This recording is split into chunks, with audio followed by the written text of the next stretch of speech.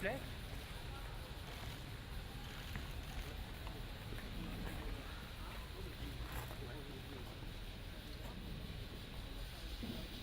Non.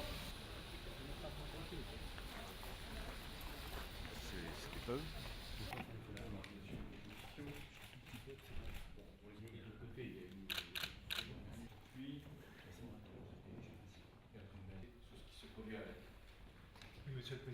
Bien, je voulais recevoir cet après-midi parce qu'il y a urgence. Les organisations Médecins sans frontières, Médecins du monde et Secours et soins médicaux, de façon à ce qu'un véritable ultimatum humanitaire puisse être lancé. C'est la volonté de ces organisations, c'est la nôtre. Il y a en effet un péril immédiat. Il y a déjà eu tant de massacres sur Alep. L'enjeu, c'est d'arrêter cette offensive, ce massacre et ces bombardements.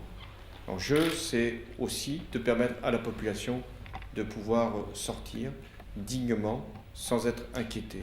L'enjeu, c'est pouvoir la soigner.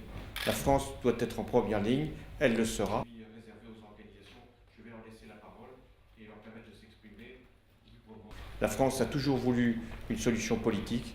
La France active tous ses réseaux pour apporter une solution humanitaire, mais la France ne peut pas laisser faire un massacre sur Alep, et c'est aujourd'hui ce qui est en cause. Il y a une responsabilité directe du régime syrien, de ses soutiens. Si rien n'est fait, si l'ultimatum n'est pas entendu, il y a des responsabilités qui devront être appelées.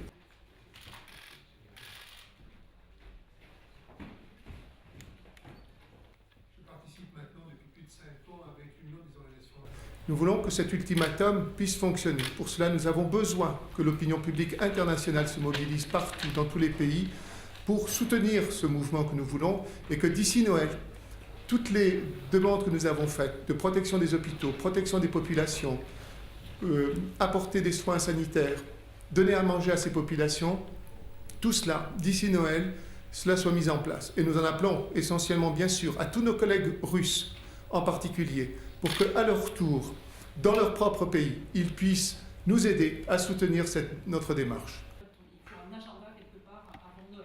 À l'heure où je vous parle, il y a 120 000 civils qui sont piégés, qui sont affamés, qui ne sont pas soignés depuis des mois et là de façon beaucoup plus intense depuis des semaines.